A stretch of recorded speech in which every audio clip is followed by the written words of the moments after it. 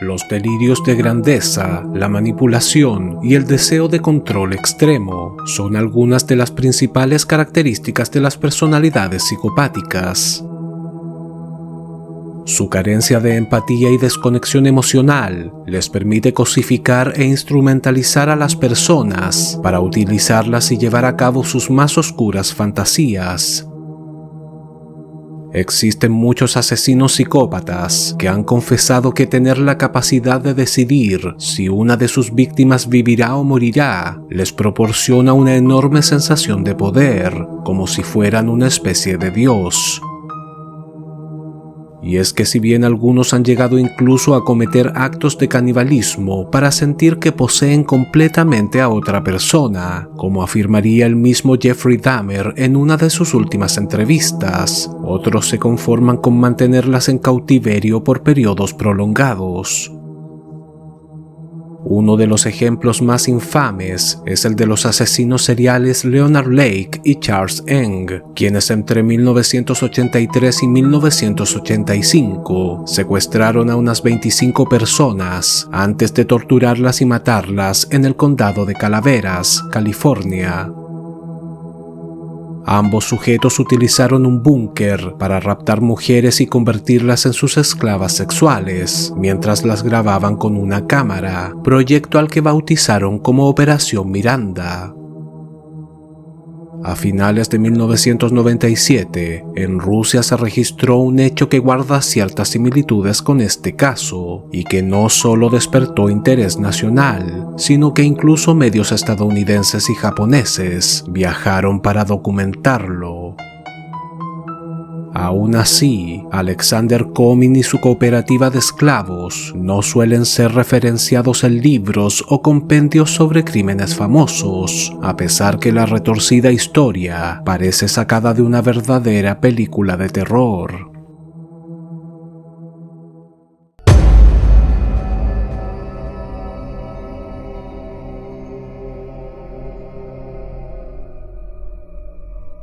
A mediados de los años 90, Rusia se encontraba en una situación inestable debido a las repercusiones de la disolución de la ex Unión Soviética, la cual incluso a día de hoy ha sido catalogada como una de las mayores catástrofes geopolíticas del siglo XX.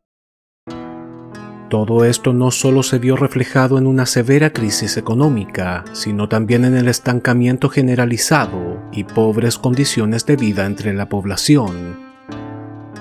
La ciudad industrial de Viatsky-Poliani, ubicada en el Óblast de Kirov y habitada por poco más de 40.000 personas, no fue la excepción.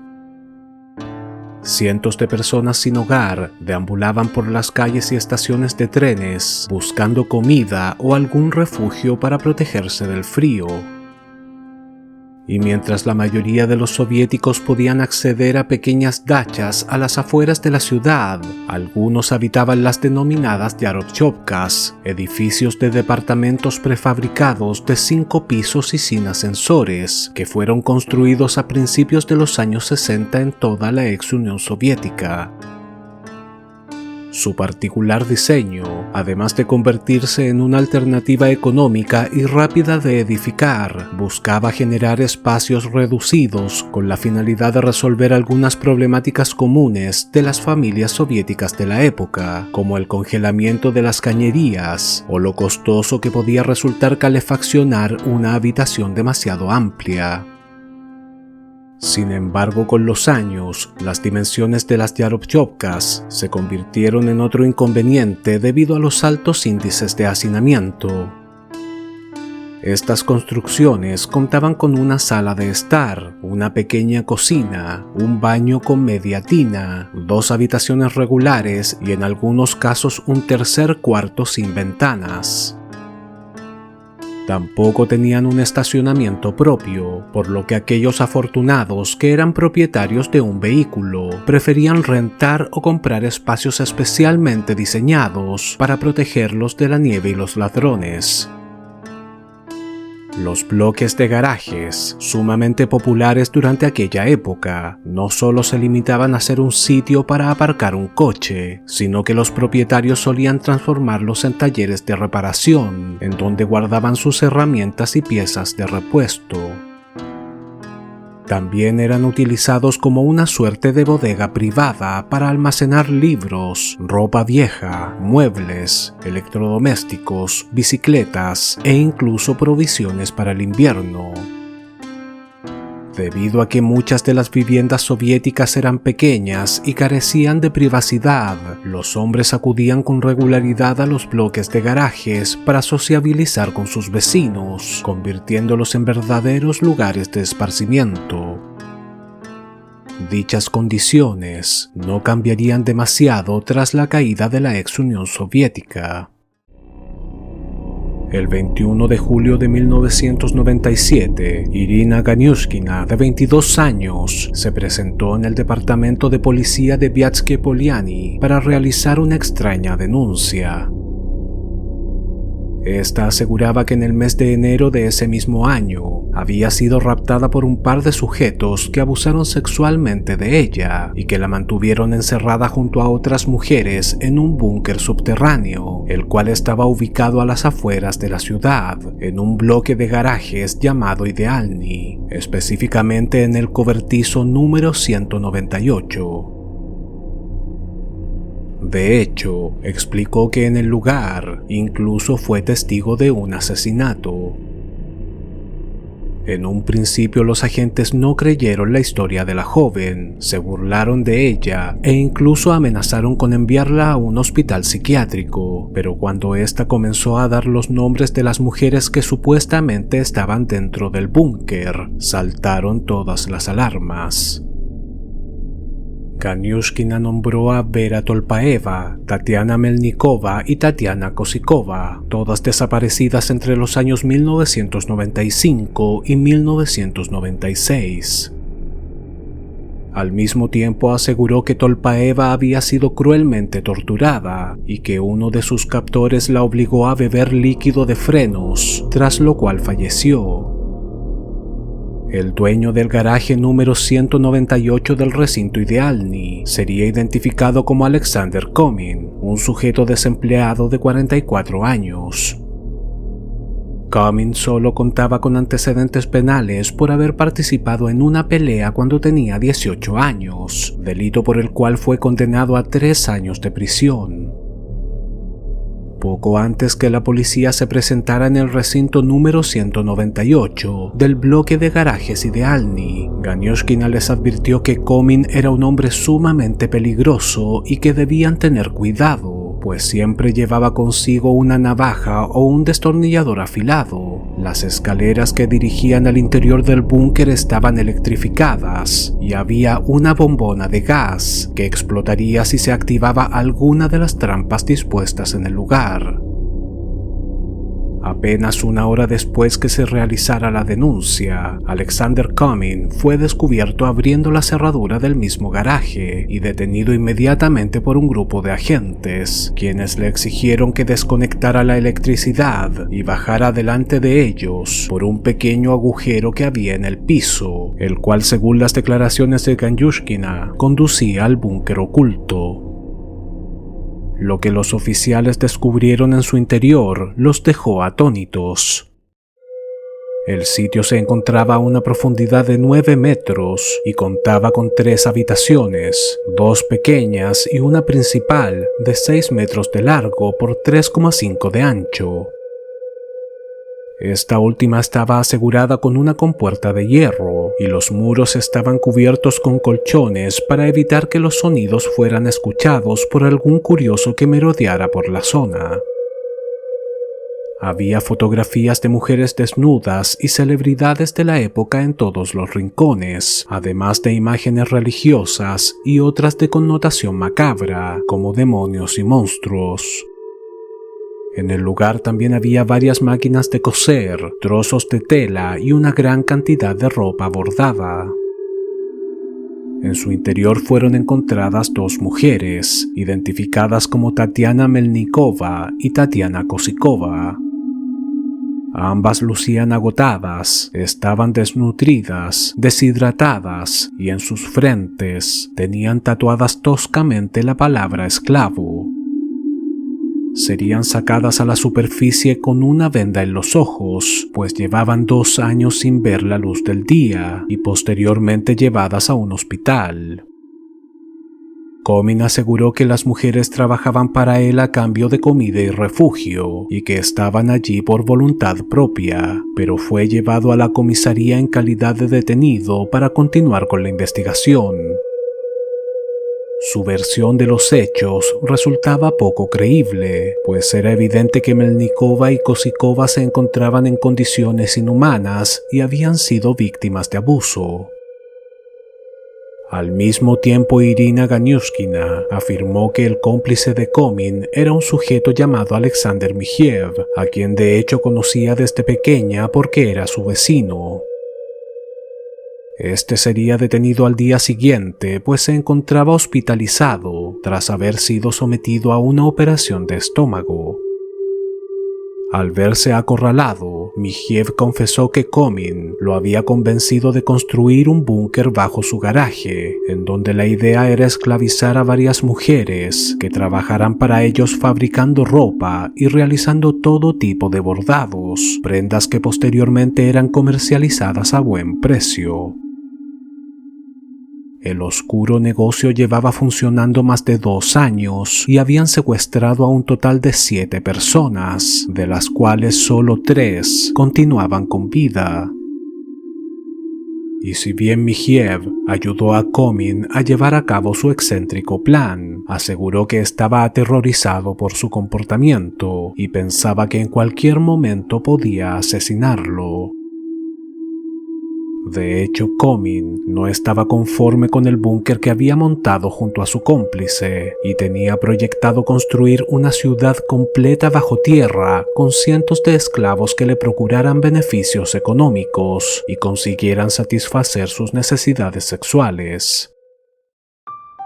Alexander Nikolayevich Comyn nació el 15 de julio de 1953 en la ciudad de Viazhye-Polyani, Oblast de Kirov, Unión Soviética. No existen datos exactos sobre su entorno familiar o su infancia, pero aparentemente en la escuela era un chico tranquilo, con calificaciones promedio y no llamó mayormente la atención de sus profesores. Según sus propias palabras, cedidas en una entrevista tras su arresto, a la edad de 7 años solía deambular por los bosques cavando profundos agujeros, uno de sus pasatiempos favoritos. Existe la posibilidad de que la fantasía de crear un escondite subterráneo, en donde pudiera hacer todo lo que quisiera, estuviera rondando en su cabeza desde temprana edad, pero más allá de mencionar esta afición, no fue capaz de explicar por qué lo hacía. Tras graduarse de 8º grado, Comyn sería arrestado por participar en una pelea donde un sujeto terminó gravemente herido y sería condenado a 3 años de prisión. En la colonia penal comenzó a trabajar como sastre, labor en la que se desempeñaba especialmente bien. De hecho, lo disfrutaba tanto que tenía planeado convertirse en costurero una vez que fuera dejado en libertad. Mientras cumplía su condena, Comyn conoció a un reo que en cierta ocasión le contó una historia que lo obsesionaría por el resto de su vida. Este le confesó que había sido encarcelado cuando la policía descubrió que tenía varias personas secuestradas en el sótano de su casa, a quienes obligaba a trabajar para él. El sujeto le explicó que buscaba por las calles a hombres y mujeres sin hogar, a quienes engañaba con promesas de dinero, comida o alcohol, para luego llevarlos a su vivienda, en donde los amenazaba y encerraba. Comyn saldría en libertad en 1974 y después de estudiar un par de años en una escuela técnica se graduó como sastre, pues tenía el sueño de convertirse en un diseñador de vestuario. Sin embargo, las oportunidades laborales en la era soviética eran más bien escasas y tuvo que conformarse con otro tipo de empleos. Trabajó como electricista, personal de mantenimiento en una fábrica y a principios de los años 90 como vigilante nocturno. Fue allí donde trabó amistad con Alexander Michiev, un joven ingeniero que tampoco había conseguido un empleo que cumpliera con sus expectativas. Ninguno de los dos hombres estaba conforme con su sueldo. Hablaban constantemente de realizar todo tipo de negocios que les proporcionaran mayores ingresos, hasta que cierto día Comyn le confesó que tenía una idea con la que llevaba fantaseando durante años, pero que no se había atrevido a llevar a cabo durante el estricto régimen soviético, pues de ser descubierto seguramente lo habrían fusilado.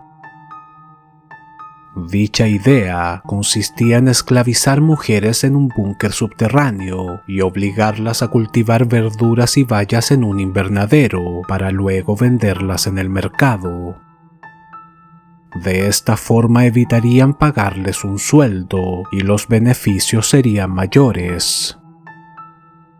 Comyn estaba convencido que tras la disolución de la ex Unión Soviética, todo tipo de crimen o delito tenía altas probabilidades de pasar desapercibido, pues las autoridades estaban más ocupadas en contener la debacle económica que se avecinaba que en dar con el paradero de un par de personas desaparecidas.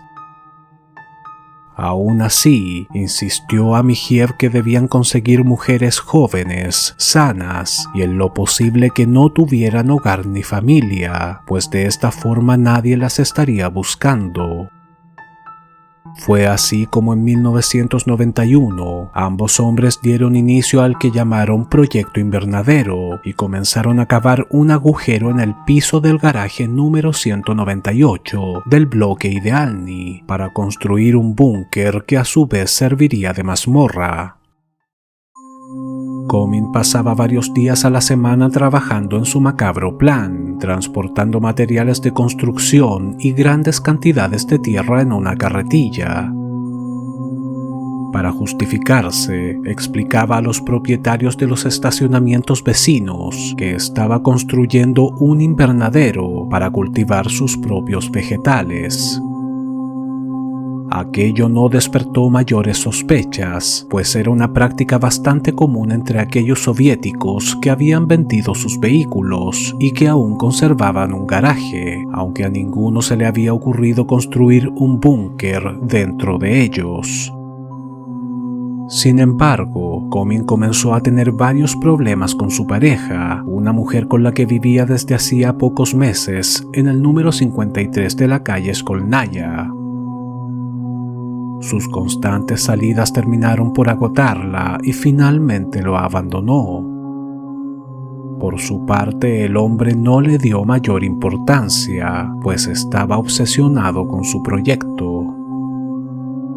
A medida que los trabajos en el búnker avanzaban, Comyn comprendió que existían otras formas más eficientes de beneficiarse de aquel espacio.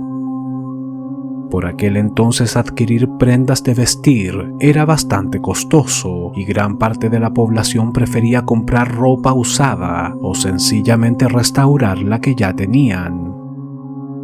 Un taller de costura podía transformarse en un negocio todavía más lucrativo que un invernadero, sobre todo si no había necesidad de pagarle a las trabajadoras.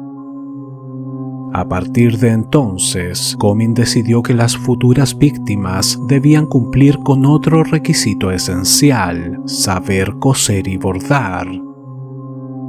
Durante 4 largos años, los hombres continuaron con la construcción del búnker, hasta que finalmente quedó terminado a principios de 1995. Este se encontraba a una profundidad de 9 metros, contaba con una habitación principal de 6 metros de largo por 3.5 de ancho, además de otras 2 pequeñas cámaras de almacenamiento. Utilizando sus conocimientos en electricidad, Comyn instaló una escalera de metal en la única entrada al búnker, que estaba conectada a un par de interruptores de 380 voltios, y también diseñó una trampa con una bombona de gas que haría explotar todo el lugar en caso de que los esclavos intentaran huir. Compró 3 máquinas de costura, un par de mesas de trabajo y varios materiales para producir todo tipo de prendas, además de cubrir las paredes con colchones y colocar una puerta metálica para insonorizar la habitación principal.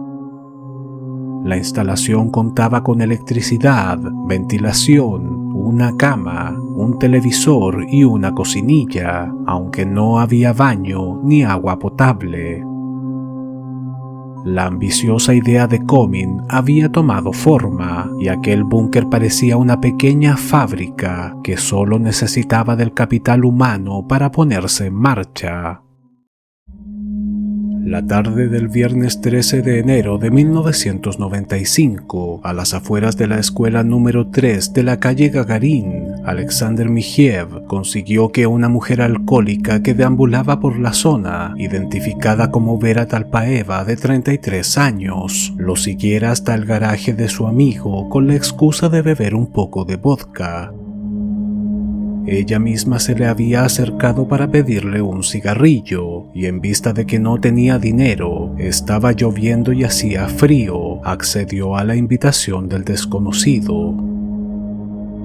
Una vez que la pareja llegó al garaje, fueron recibidos por Alexander Comyn, quien de inmediato le ofreció a Talpaeva un vaso de vodka mezclado con clonidina, una potente droga que en pocos minutos la dejó inconsciente. Cuando la mujer despertó, ya estaba encerrada dentro del búnker y comenzó a ser víctima de todo tipo de abusos.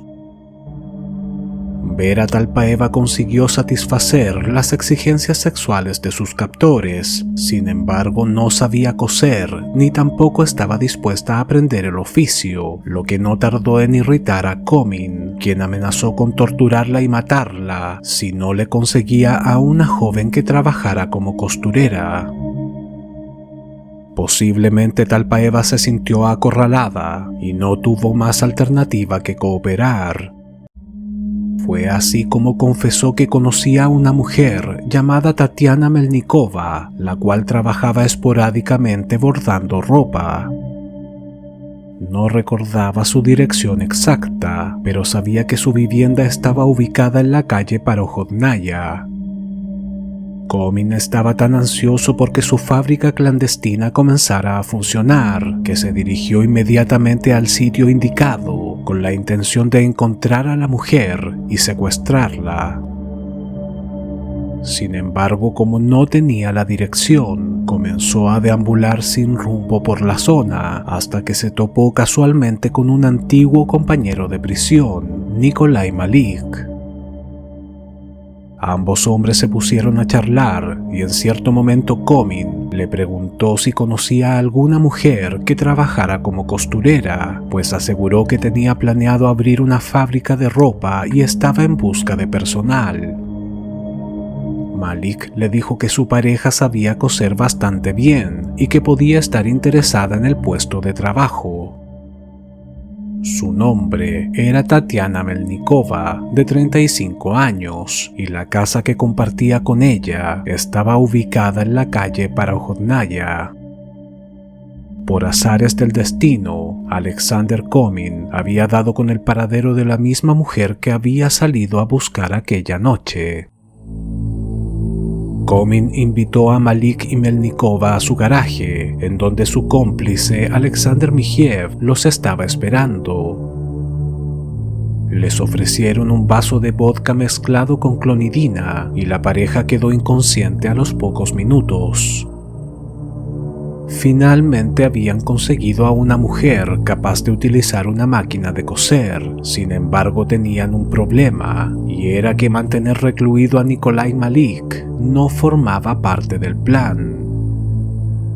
Comyn sabía que Malik era un delincuente agresivo y que posiblemente se negaría a cooperar. De hecho, existía la posibilidad de que intentara atacarlos o darse a la fuga, por lo que le ordenó a Michiev que lo desnudara y ambos lo sacaron del garaje en mitad de la noche. Lo arrastraron en un trineo hasta una zona apartada, lo cubrieron con ramas y nieve, arrojaron su ropa cerca del sitio y dejaron que se congelara a una temperatura de -20 grados. El cuerpo del hombre sería encontrado 2 semanas más tarde, y como tenía antecedentes de ser un gran bebedor, las autoridades pensaron que posiblemente se encontraba en estado de ebriedad cuando se quedó dormido a la intemperie. De hecho, encontrar vagabundos o alcohólicos que morían de hipotermia en plena calle no era nada nuevo para la policía, por lo que en ningún momento se pensó que podía tratarse de algún crimen. Mientras tanto, el cruel negocio de explotación ideado por Comin comenzó a dar sus primeros frutos. Melnikova no tuvo más opción que ponerse a trabajar día y noche bajo amenazas de muerte, cortando y cosiendo batas, pantalones y ropa interior que sus captores vendían a buen precio en el mercado negro. Y si bien Vera Talpaeva pasó a convertirse en una esclava sexual y trataba de colaborar con otros quehaceres dentro del búnker, había varias tareas pesadas que no era capaz de llevar a cabo. Alexander Comin estaba obsesionado con instalar un baño con agua potable, una chimenea, un pequeño invernadero y otro par de recámaras, por lo que finalmente decidió que esta vez secuestrarían a un hombre joven y fuerte para que realizara las excavaciones. Nuevamente recurrió a Talpaeva para que le recomendara a alguien con dichas características, y la mujer le indicó que había un sujeto de apellido Turín que solía emborracharse en un bar ubicado en la calle Uritsky.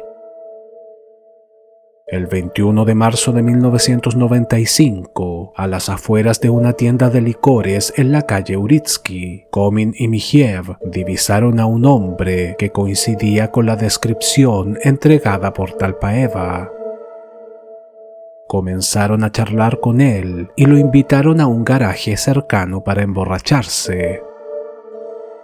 A las pocas horas estaba inconsciente y encadenado dentro del búnker, aunque Talpaeva les advirtió que no era el mismo hombre que les había recomendado. En realidad, se trataba de un ex soldado de 37 años llamado Evgeny Shishov. Shishov tenía una personalidad fuerte y se negó a colaborar con sus captores. Estuvo encadenado a una de las paredes del búnker durante una semana, y aunque Comin intentó doblegarlo por medio de torturas, no lo consiguió. A ratos incluso charlaba con su torturador, hasta que cometió un error fatal. En cierto momento comentó que había trabajado como electricista durante su juventud, lo que inmediatamente puso en estado de alerta a Comin. Todo el sistema de seguridad de su preciado búnker estaba basado en terminales eléctricos que él mismo había instalado, y si Shishov tenía ciertas nociones de electricidad, podía ser capaz de cortar la corriente de las escaleras. Bajo su punto de vista, representaba un riesgo enorme mantenerlo allí, y con aquella confesión había firmado su sentencia de muerte, por lo que procedió a fabricar una silla eléctrica casera para matarlo.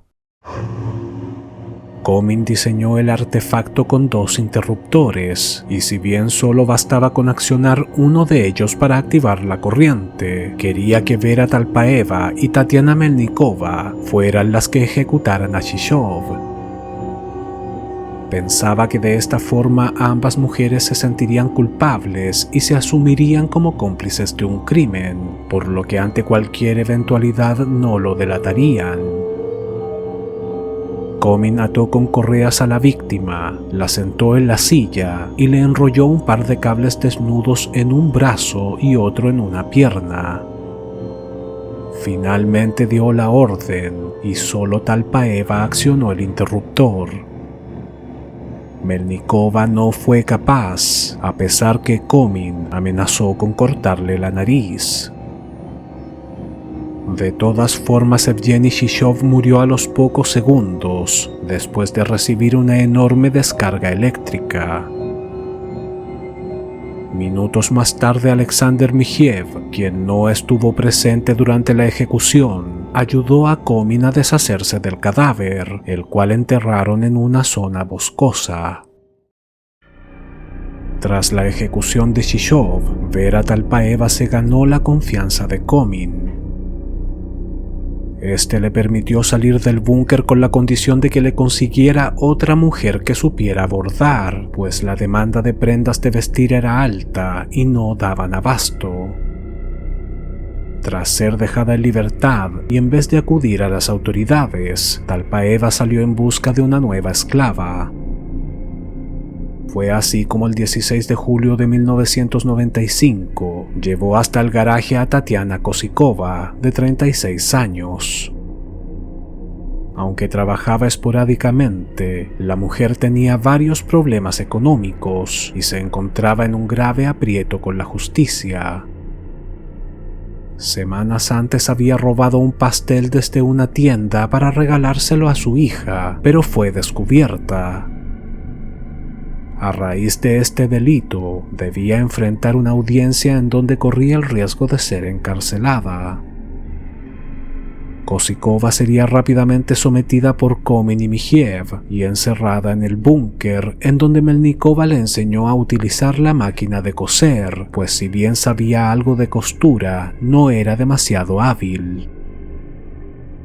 Por aquel entonces, Tatiana Melnikova estaba sumida en una profunda depresión y había considerado quitarse la vida, pues las condiciones dentro del búnker eran sencillamente inhumanas. Trabajaban 16 horas al día y solo comían pan y cáscaras de patatas fritas. Tampoco contaban con baño o agua potable, se les permitía lavarse cada 7 días con una cubeta de agua, debían defecar en un papel, orinar en un tarro y esperar que los desperdicios fueran sacados del refugio cada 2 semanas, por lo que el lugar era insalubre y fétido. Kosikova, en cambio, no estaba dispuesta a morir allí dentro. Escribía frases optimistas en las paredes, fabricaba talismanes para la buena suerte y en última instancia convenció a Melnikova de que debían unir fuerzas para rebelarse contra sus captores. En cierta ocasión, Comin bajó al búnker para continuar con la excavación de una de las habitaciones contiguas. Entonces Melnikova y Kosikova se acercaron sigilosamente y bloquearon la manilla de la puerta con un sartén, dejándolo encerrado. Aunque la intención de las mujeres era escapar, ignoraban cómo desactivar el sistema eléctrico de las escaleras, por lo que el intento de fuga fracasó. Comin rompió la chapa de la puerta, les dio una brutal golpiza y les advirtió que se arrepentirían de lo que habían hecho. Primero las azotó 10 veces en la espalda con una manguera y una cadena a modo de castigo. Luego les quemó las manos con una vela y finalmente les dio a elegir entre cortarles la boca de oreja a oreja o permitir que les tatuara la palabra esclavo en el rostro. Las mujeres estaban aterradas y no tuvieron más alternativa que escoger la segunda opción. Utilizando una rudimentaria máquina para tatuar, Comin les grabó la palabra esclavo y otros garabatos en la frente y bajo los ojos, con la única intención de humillarlas. Pero el intento de fuga trajo consigo más consecuencias. Esta vez las mujeres estaban obligadas a usar collares y grilletes y debían cortar y coser 32 batas al día. Ambas se amanecían trabajando sin parar para cumplir la cuota, pues Comin les advirtió que si no lo hacían, les cortaría la nariz. La brutalidad mostrada por Comin posiblemente asustó a Vera Talpaeva, pues si bien se había comprometido a buscar otros esclavos en las calles de la ciudad, y no estaba forzada a estar todo el tiempo dentro del búnker, tras este incidente decidió huir.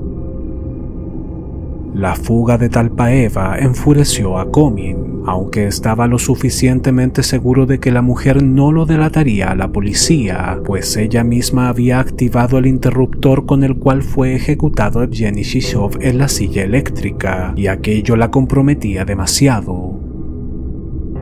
De todas formas, se vio obligado a salir él mismo en busca de una nueva víctima. A principios de 1996, y mientras recorría la estación de trenes de Gorky, Comyn vio a una bella chica que parecía algo desorientada y rápidamente entabló conversación con ella. Se trataba de Tatiana Nasimova, de 27 años. Esta le confesó que no tenía hogar ni tampoco dinero, por lo que Comyn la invitó a su garaje con la promesa de comida, bebida y un puesto de trabajo en una fábrica. De esta forma consiguió engañarla para que lo acompañara y bebiera un vaso de vodka con clonidina, tras lo cual perdió el sentido y fue encerrada dentro del búnker. Si bien Nasimova era una joven atractiva y no tardó en convertirse en el juguete sexual de Comyn, con el pasar de los días quedó en evidencia que padecía de graves problemas mentales y que era incapaz de aprender cómo se utilizaba una máquina de coser. De hecho, ni siquiera entendía que había sido secuestrada, que estaba dentro de un búnker o que era víctima de abusos sexuales. Comyn comprendió que Nasimova no podría colaborar en la fabricación de ropa, pero aún así decidió mantenerla cautiva porque era sumisa, ingenua y podía disponer de ella cuando quisiera. Pocos meses más tarde la joven cayó enferma y se convirtió en un problema para sus captores. Las otras dos mujeres intentaron cuidarla, sin embargo Nasimova padecía de leucemia y su salud se deterioró rápidamente.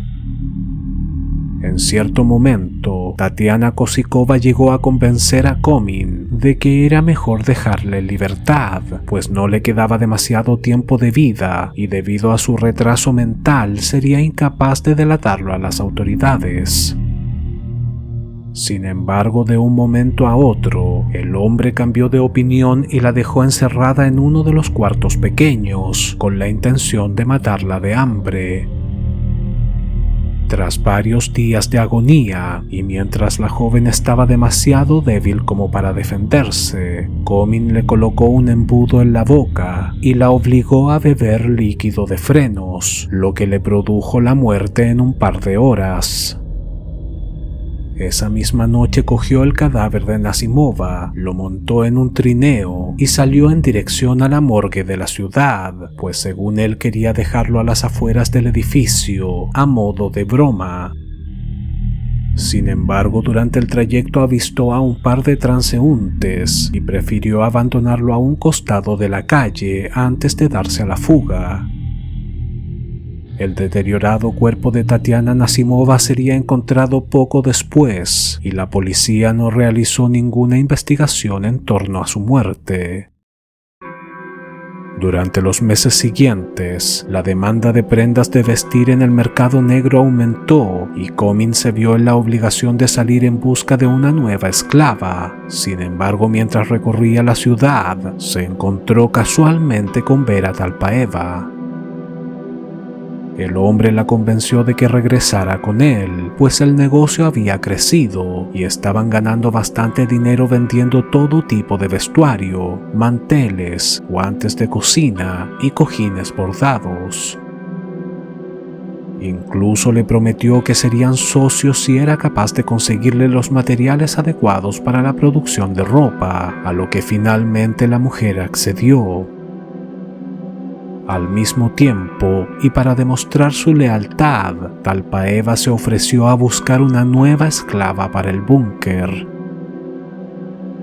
En enero de 1997, Talpaeva conoció a una joven comerciante de 22 años llamada Irina Ganiushkina, la cual se encontraba buscando un apartamento para mudarse con su prometido y su hija de poco más de un año.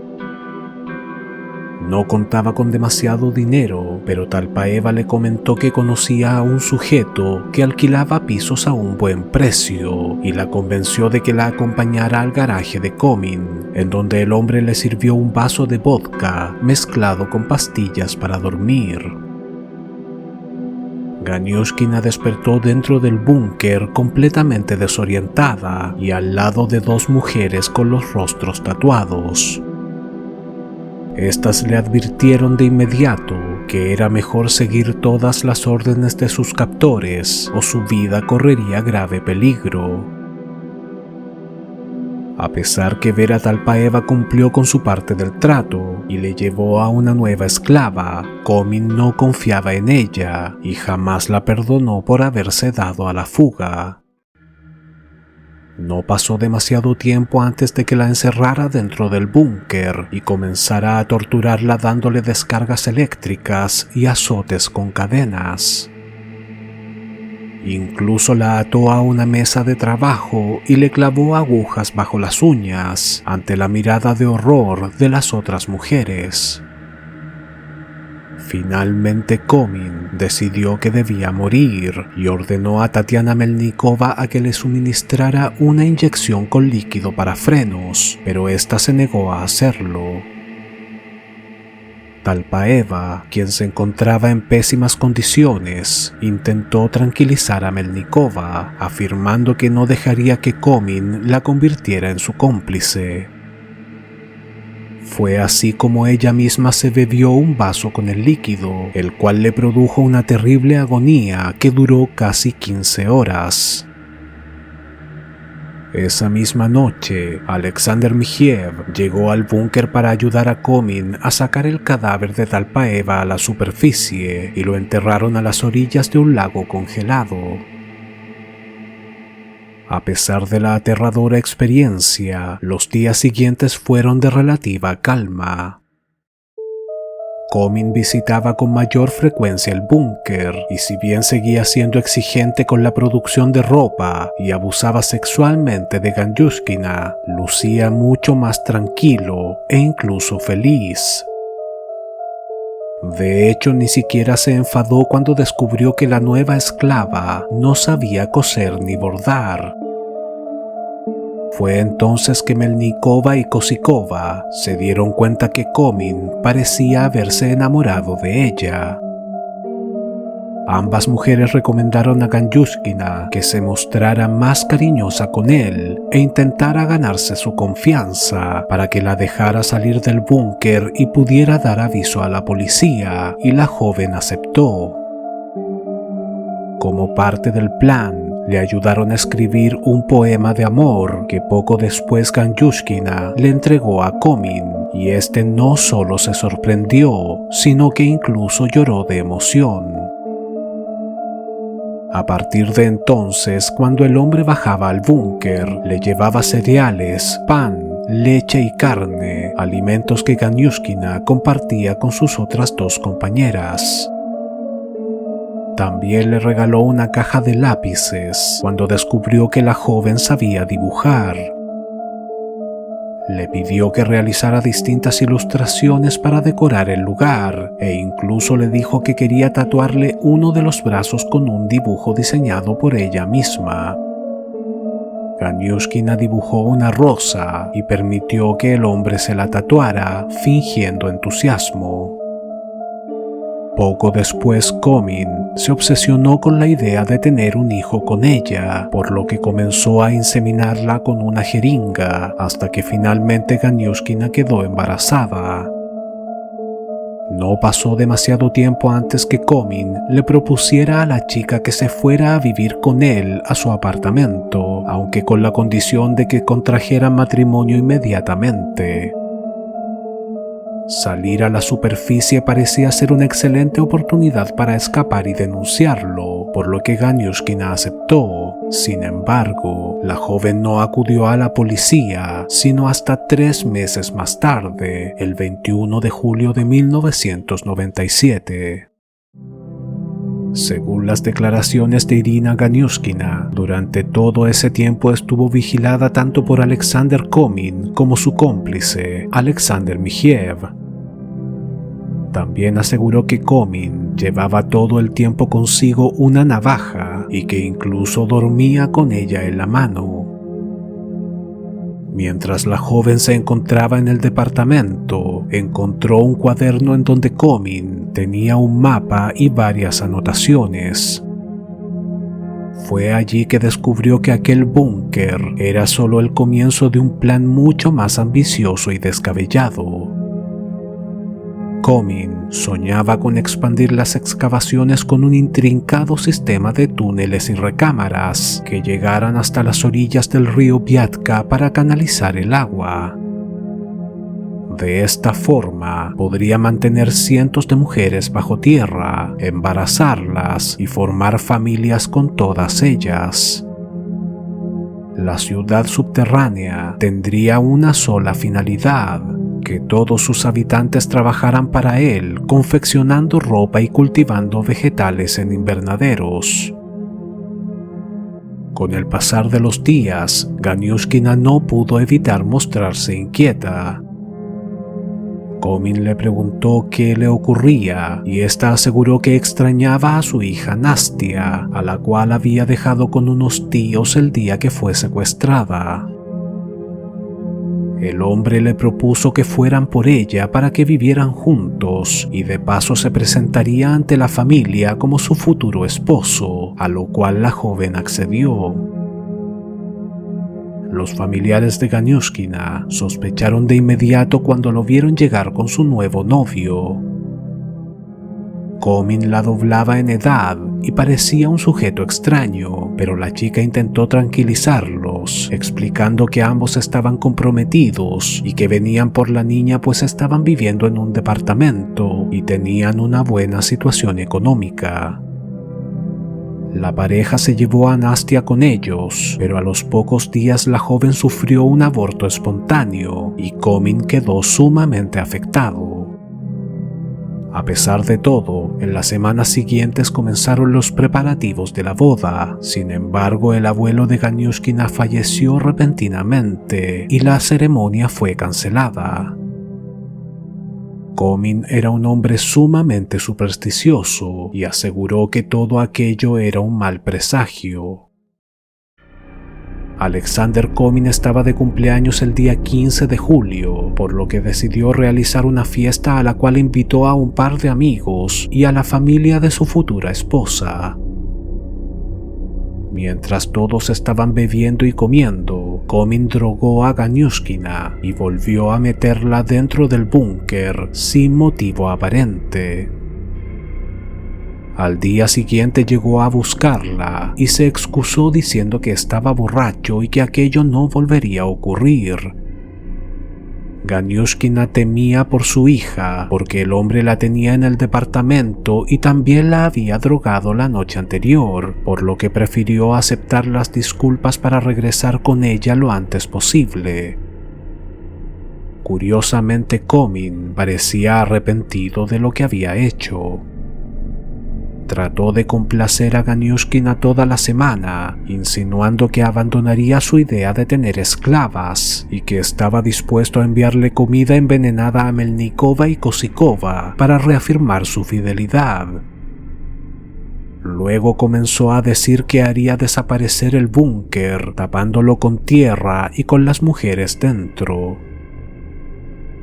El 21 de julio, Komin le avisó a Ganiushkina que saldría del departamento. Era la primera vez que la dejaba sola, pues su socio, Alexander Mijiev, estaba hospitalizado tras ser sometido a una operación de estómago. La joven le dijo que tenía que llevar a su hija al pediatra y que necesitaba algo de dinero para el autobús. El hombre se lo entregó y poco después se marchó. Pocos minutos más tarde, Irina Ganiushkina se presentó junto a su hija de 2 años en la comisaría de Viatsky Poliani para realizar la denuncia. Tanto las declaraciones de Alexander Mijiev como las de las 2 mujeres cautivas, Tatiana Melnikova y Tatiana Kosikova, coincidían con las de Irina Ganiushkina. Sin embargo, Alexander Coming insistió en que todas las mujeres de su búnker acudieron a él de forma voluntaria.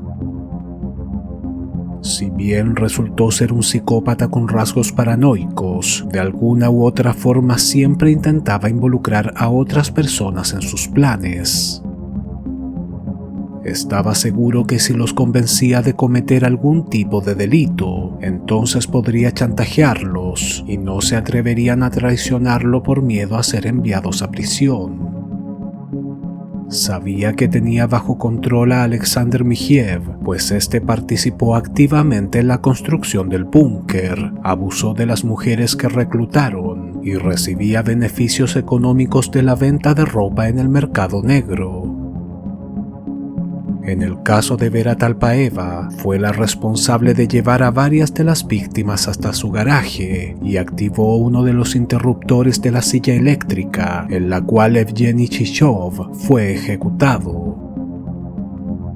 Incluso cuando comenzó a desconfiar de ella y decidió matarla, intentó obligar a Tatiana Melnikova a que le inyectara el líquido de frenos para involucrarla en el crimen, aunque finalmente la víctima decidió beberlo por su propia cuenta. Al ser entrevistado en prisión, Alexander Coming reconoció que si bien tuvo varias parejas a lo largo de su vida, todas lo abandonaron. No comprendía los motivos, lo que a su vez lo frustraba y posiblemente originó su odio y desprecio hacia las mujeres. Curiosamente, Coming bajó la guardia cuando conoció a Irina Ganyushkina, de la cual se enamoró. Pensó que podrían formar una familia y supuestamente contempló la idea de abandonar el proyecto del búnker, aunque es más probable que en cualquier momento comenzara a desconfiar de ella y la asesinara. Por otro lado, la absurda idea de construir por sí mismo una ciudad completa bajo tierra, con cientos de mujeres esclavizadas que trabajarán para él en fábricas de ropa e invernaderos, dejaba en evidencia un trastorno delirante crónico y no una psicosis, pues no sufría de alucinaciones visuales o auditivas, no tenía trastornos cognitivos ni tampoco una desconexión con la realidad. De hecho, algunos de sus vecinos declararon que parecía un sujeto completamente normal, respetuoso y agradable. Los especialistas que lo entrevistaron consideraron que se trataba de un sujeto perverso, pero mentalmente sano, consciente de la gravedad de los crímenes que había cometido y capacitado para enfrentar un juicio. Todos los periódicos rusos difundieron la espeluznante historia, causando un enorme impacto que incluso despertó el interés de medios de comunicación extranjeros. Al mismo tiempo, Tatiana Kosikova y Tatiana Melnikova fueron entrevistadas en televisión, en donde narraron su terrible experiencia y enseñaron sus rostros marcados con la palabra esclavo. Las autoridades locales abrieron una cuenta bancaria para que el público les donara dinero y pudieran borrar los tatuajes. Sin embargo, no se recibió ni un solo rublo. Según una nota publicada por el New York Times el 28 de agosto de 1997, esta aparente falta de solidaridad por parte de la ciudadanía se debía más a la desconfianza que despertó el caso. Todas las víctimas de Coming tenían un historial de matrimonios rotos o antecedentes por delitos menores. Incluso se publicó una entrevista realizada a una mujer llamada Nadezhda Kamskaya, la cual declaró a los periodistas norteamericanos: "Una mujer normal jamás habría sobrevivido a semejantes condiciones. Una mujer normal habría muerto o habría matado al hombre". Por lo visto, dichas declaraciones eran compartidas por gran parte de la población rusa. También existían dudas con respecto al verdadero rol de Irina Ganyushkina en el caso, pues si bien fue ella la que denunció a Coming, Estuvo 3 meses fuera del búnker, compartió almuerzos y fiestas con su familia y no solicitó ningún tipo de ayuda. La joven insistió en que el hombre siempre estaba armado con una navaja o un destornillador y que temía que hiriera a sus padres, a sus abuelos o a su hija, pero para muchos resultaba sospechoso y se comenzó a rumorear que en realidad la joven se había enamorado de su secuestrador. El juicio contra Alexander Comyn y su cómplice Alexander Michiev comenzó en junio de 1999. Michiev sería acusado de secuestro, explotación, abuso sexual y condenado a 20 años de prisión por el Tribunal Regional de Kirov, mientras que a Comyn se le sumaron además 4 cargos de asesinato y recibió cadena perpetua. Solo pasaron 4 días antes que el cuerpo de Comyn fuera encontrado en su celda. Se había cortado la arteria femoral con un objeto afilado y murió desangrado el 15 de junio de 1999 a la edad de 45 años. Tras la repentina muerte de Alexander Comyn, el caso dejó de ser noticia en los medios rusos. Sin embargo, al poco tiempo, se descubrió que alguien estaba dejando figuras religiosas y flores en su tumba. Se especuló que quien iba a visitarlo al cementerio donde estaba enterrado era Irina Gandyushkina, posiblemente porque seguía enamorada de él, pero ella lo negó en varias entrevistas. La joven intentó rehacer su vida junto a su hija, recibió ayuda de su familia y rentó un apartamento. Lamentablemente para Tatiana Melnikova y Tatiana Kosikova, las cosas fueron muy distintas. A pesar que aparecieron varias veces en televisión contando su desgarradora historia, por lo visto no despertaron la simpatía del público. Nadie hizo donaciones para borrar los tatuajes de sus rostros y el gobierno tampoco les proporcionó ningún beneficio.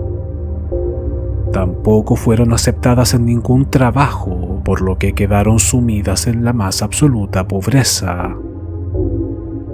En el año 2004, Tatiana Melnikova sería encontrada sin vida en un basural, lugar donde recogía sobras para alimentarse. Los exámenes forenses dictaminaron que había fallecido de un paro cardíaco. Tatiana Kosikova también vivió en la indigencia durante años, hasta que un artista local se conmovió con su historia y decidió ayudarla.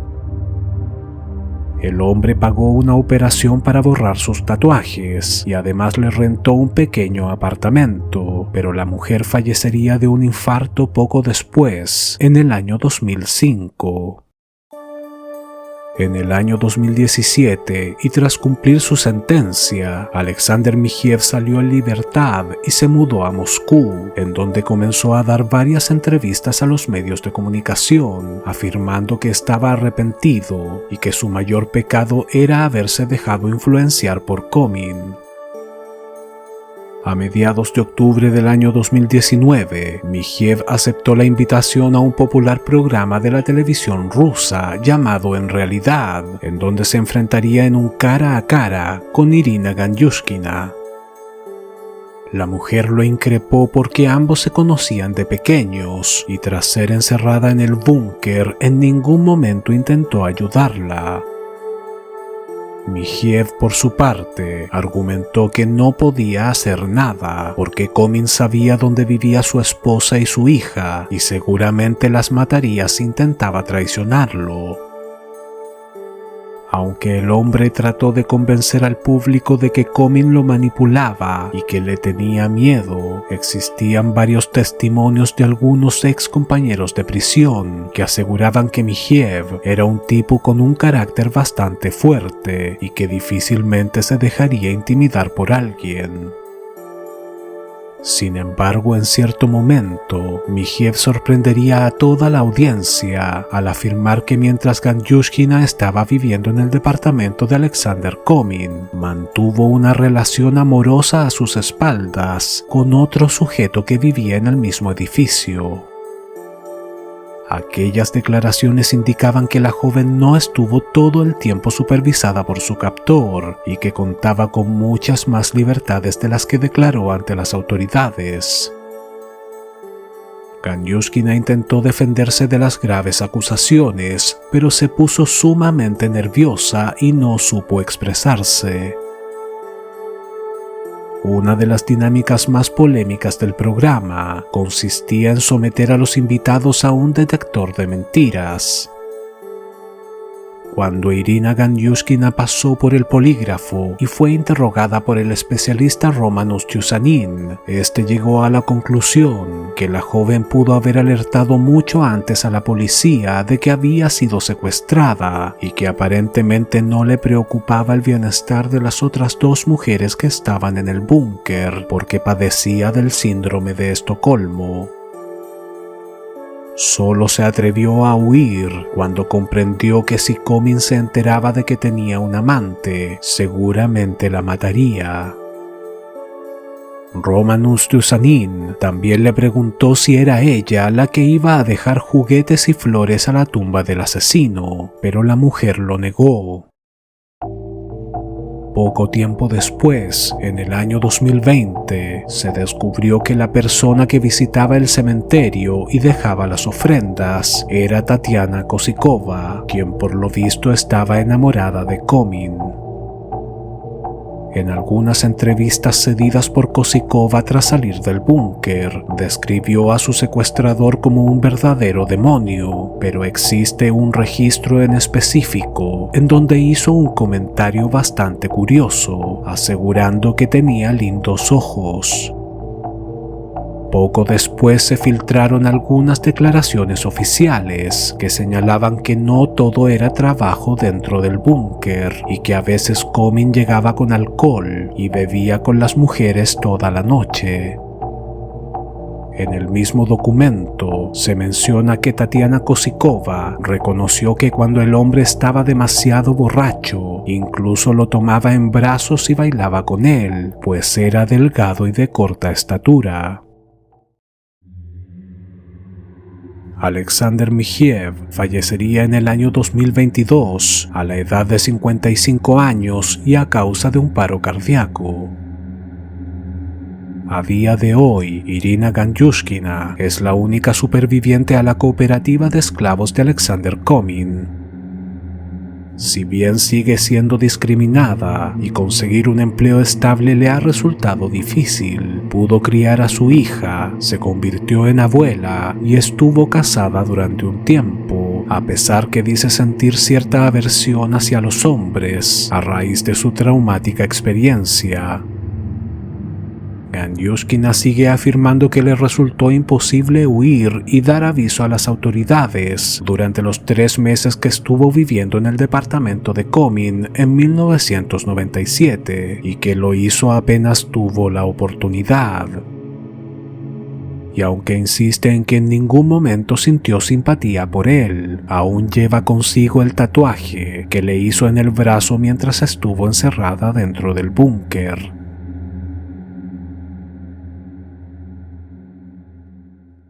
Si este video te gustó, dale like, suscríbete y compártelo en tus redes sociales. Esto me ayudaría mucho para seguir subiendo este tipo de contenido. Recuerda activar la campanita para recibir un mensaje cada vez que suba un nuevo video. En la descripción podrás encontrar los enlaces para comprar mis libros Monstruos Humanos 1 y 2, en donde ahondo en el tema de los asesinos seriales, y también mi cómic Freak Show, 5 historias de circo.